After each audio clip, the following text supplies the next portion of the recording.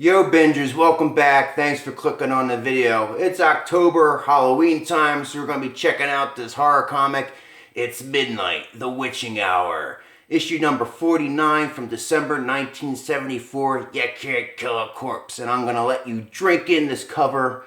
As I tell you, the art was done by Nick Carty. And we're going to flip open. Oh, fiddle faddle. I'm not going super crazy doing a witch's voice. I think it would be more annoying than entertaining, and besides, my voice is sore. Oh, fiddle faddle, don't waste a shotgun shell on that dead rat. Oh, sure, you can kill a living creature. You can kill time. You can even make some bloke die laughing at a crummy joke. But you can't kill a corpse. And our art's done by Romy Gamboa, who is Rocky Balboa's cousin, and the story is by Carl Wessler. Now, Carl Wessler was a cartoonist and animator way back in the 1930s, and he was a comic book writer from the 1940s all the way to the 1980s. And I looked that up. I didn't know that off the top of my head, just to let you know. It's Johnny Boyd. Reach, Boyd! They shoot him.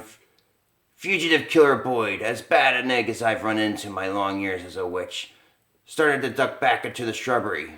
He'd never seen the Everglades before. Bah, what a sissy. He was more scared than hurt, in my opinion. Should have looked out first. I could have killed them both. I thought a bullet would hurt. Just stung me. And not much blood.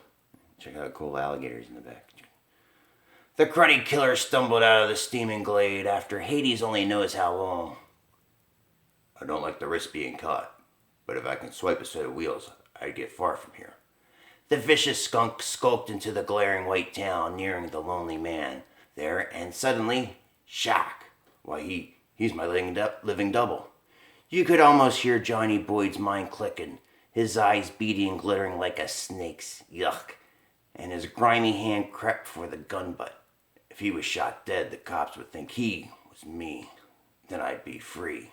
And he takes a shot at him and goes through him. How can I be missing from this close? Gotta get the devil out of here. Maybe I've had too much sun.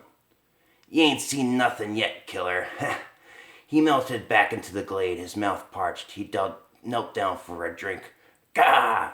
And there you have the twist on the cover there. Not quite a drinking well. Then it struck him like a cannonball right in the gut. I'm dead. Those lousy cops killed me. The guy I saw in that town, he was my own ghost. Okay. It was only a few hours since I was shot. Can a skeleton feel thirst? It must, because I do.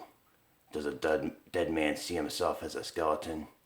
Yeah, that's how I saw my reflection. I wore the grinning skull of death. Suddenly a wicked grin. Yes, I, Mordred, wickedest of the witches, dare call his grin wicked. Creased Boyd's face. I'll kill them. I'll even the score with those fast-draw cops. And it won't matter how much they shoot back. And he twirls the cylinder on his revolver there, and 'cause there's just no way you could kill a corpse. By the horns of the master of evil, the hunted became the hunter.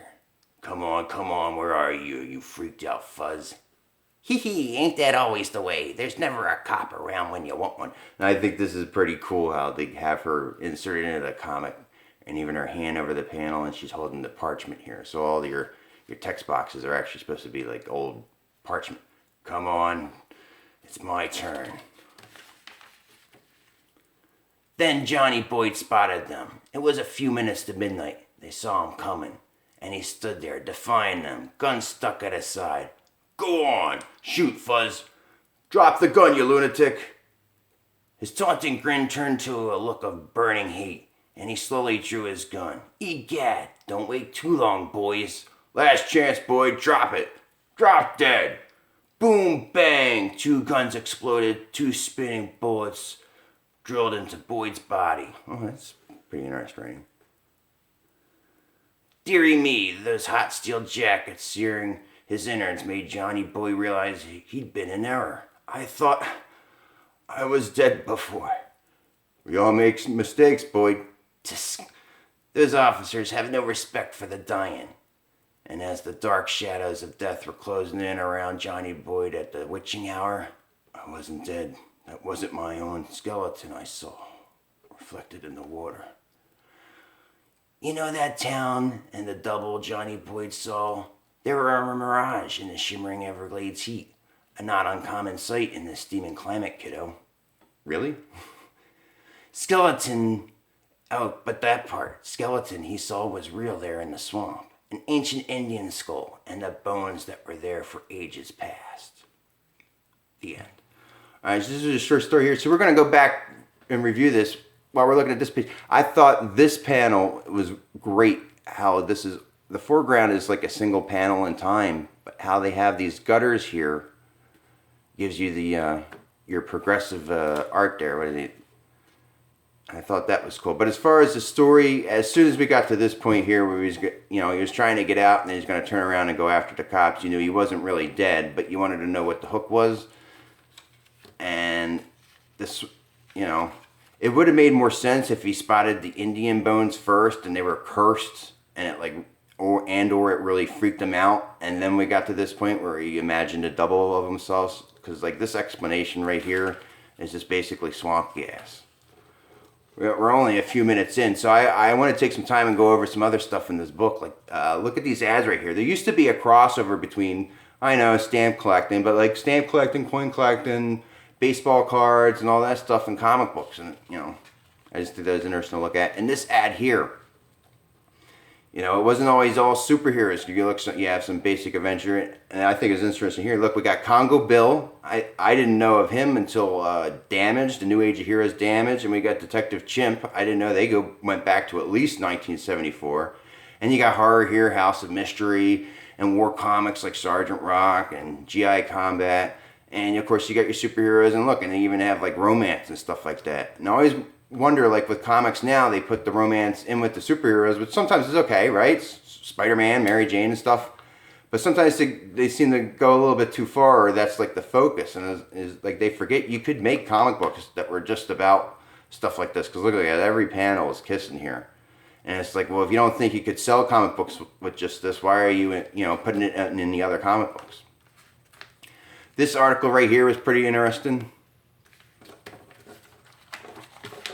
Dear editor, since the unqualified success of the movie The Exorcist, the question of the existence of the devil has aroused widespread public interest. Surveys have been conducted by such prestigious organizations as the Center for Policy Research and the Harris Poll, which ordinarily concerns itself with such important and urgent questions dealing with political candidates, national and international situations, social trends, etc. What were the results? They were surprising and shocking, to say the least. The stories that appear in The Witching Hour are supposedly fictional, but judging by the results of the aforementioned polls, there may be more truth to them than one can imagine.